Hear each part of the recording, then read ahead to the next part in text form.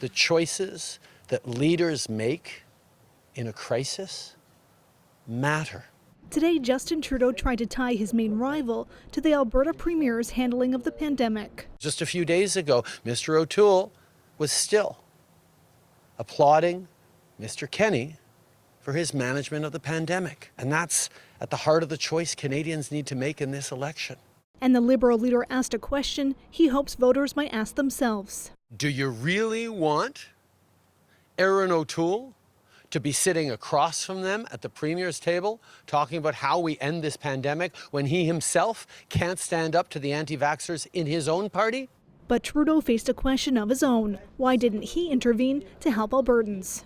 It's not my job to judge or to criticize or to certainly not to tell people what to do at the provinces. They are duly elected. Trudeau's closing arguments in these final days centers around trust. He's trying to drive home his message that his party is the only one that can be trusted to fight the pandemic. He's repeatedly applauded Jason Kenney's handling of the pandemic. Today, Erin O'Toole was repeatedly asked if he still does. As Prime Minister, I will work with all premiers, regardless of strike, to fight against the pandemic. A pandemic that we need to fight. And Mr. Trudeau didn't fight. He called an election, a $600 million election. I think Canadians are sitting at home wondering about the pandemic itself, not specifically about this election. Who do you think did a better job handling the pandemic? Provincial Premier Jason Kenney or Prime Minister Justin Trudeau?